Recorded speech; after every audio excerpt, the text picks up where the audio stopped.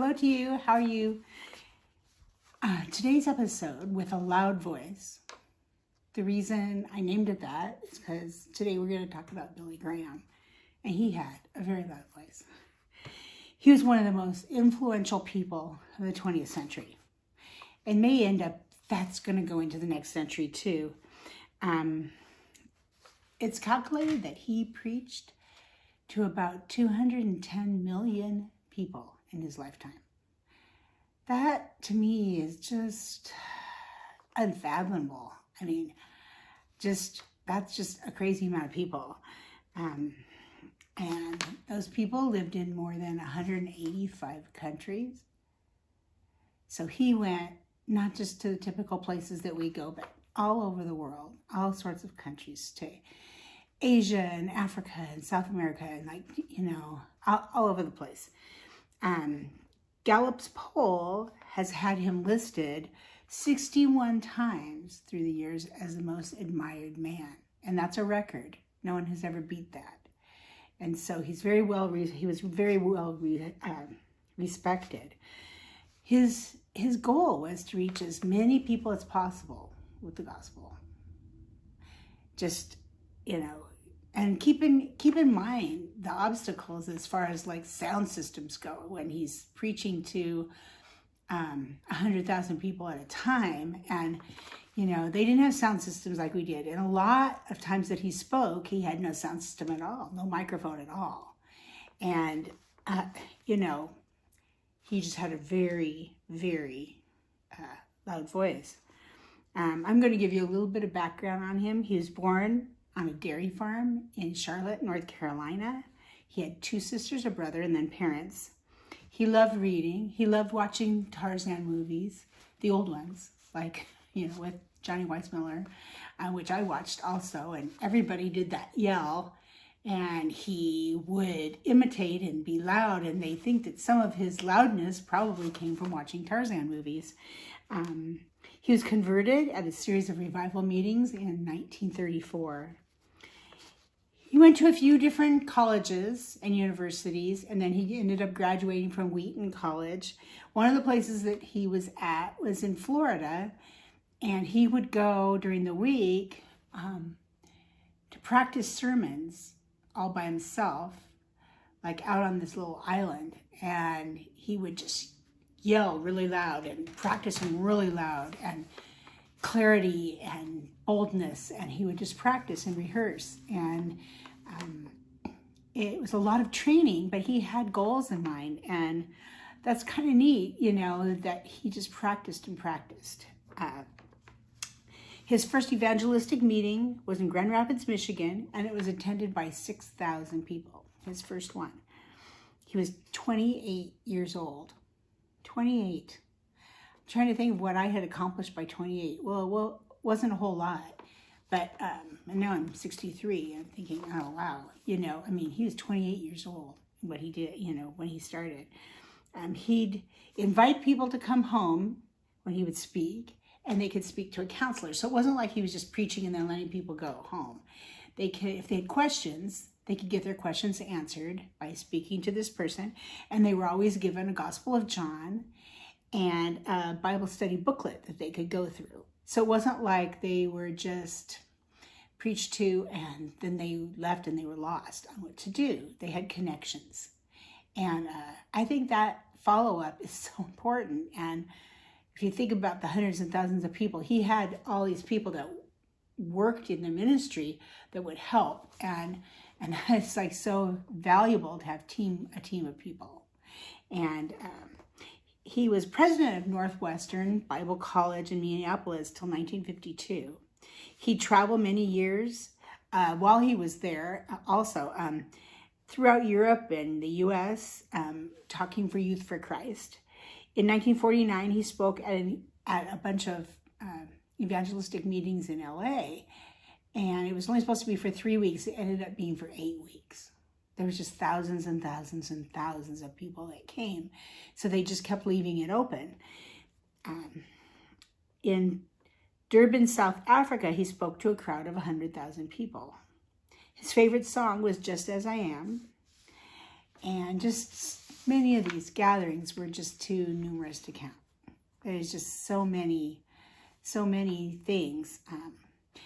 By 1992, his health started failing, and he died in February of 2018, not that long ago. He was 99 years old. He didn't waste a lot of time in his life. He spoke with purpose and intention, and he had goals, and he was bold for Christ. I put him in this book because he typifies a person maybe who's not out in some dangerous place or anything, but he typifies just a person, just a regular person that lives in a neighborhood, being bold for Christ, doing wondrous, fabulous things, being bold for Christ. One of his quotes is, "Being a Christian is more than just an instantaneous conversion.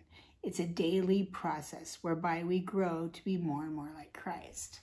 So when he was 28 years old, I don't think anybody knew exactly what was going to happen till he was 99 years old. But his goal was to share the gospel. And he did that to millions and millions and millions of people. And I don't know if you've ever met someone that got saved at a Billy Graham crusade, or their grandfather did, or something. But it is just a mighty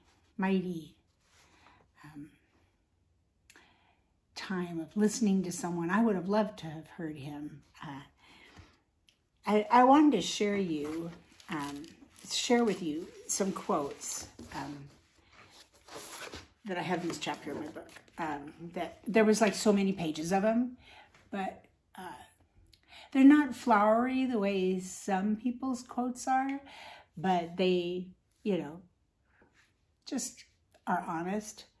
"My home is in heaven. I'm just traveling through this world." That's true. I read the last page of the Bible, and it's going to turn out all right. I love that. That's great. "Courage is contagious. When a brave man takes a stand, the spine of others is often stiffened." I just want to lobby for God. And that's like, I can really relate to that. I have this little tiny ministry, and I'm not going to reach millions of people. But I just have to, when I wake up in the morning, just have to say, okay, I never really thought of it as I'm going to lobby for God, but what can I do to reach someone? And it might be you, just a couple people, maybe encourage them so that they can share their faith with someone else. And that's a goal, On a small scale, we can all do that. "A real Christian is a person who can give his pet parrot to the town gossip." There you go. Be true. Is what you do at home different than when you're out in public? God knows your heart, and he knows where you're coming from. And I would encourage you to just pray and talk to him and confess things and ask him what you can do and how he could use you. You cannot pray for someone and hate them at the same time. It's so true. Years ago, I had a boss who was kind of difficult. It's not like I hated her or anything, but it was just difficult. And it made me nervous to go to work sometimes. And I'd go to work really early in the morning, and I would pray for her on the way to work. I started doing that.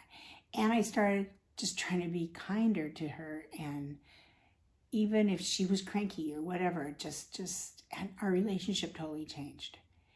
And I think we all have those people in our life that rub us the wrong way, or I have a tendency of withdrawing, if I don't understand, or I think they don't like me. But I think we can be kind and love them anyway. Do you want your faith to grow? Let the Bible begin to saturate your mind and soul. That's really the big one. Do you want your faith to grow? Let the Bible begin to saturate your mind and soul. And then we'll grow. We're in the Word, we learn who God is, we learn what he has for us, and it just starts filling us up. We go to Psalms or wherever when we're hurting, and it fills us up. We go to Proverbs for instruction each day, fills us up. We study Paul's teaching about how to reach out to others and how the church should work, and it fills us up. We go to Deuteronomy to just see what God wants us to hold true to, and it fills us up. And so those things just will saturate our mind and soul. You cannot build a superstructure on a cracked foundation. You can't do something mighty for God or if you don't really have that foundation.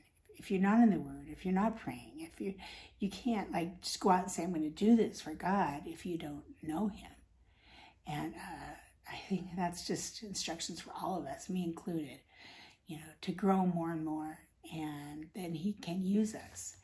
And Billy Graham is just one of those people that he went forth with purpose. He had purposes.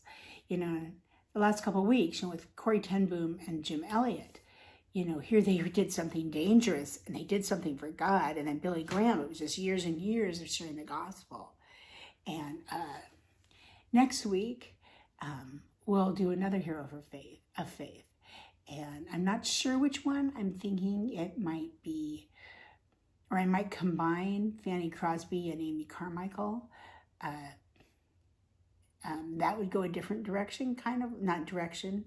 They were very purposeful with their faith, but just a little bit different. And anyway, I hope that you can join us. And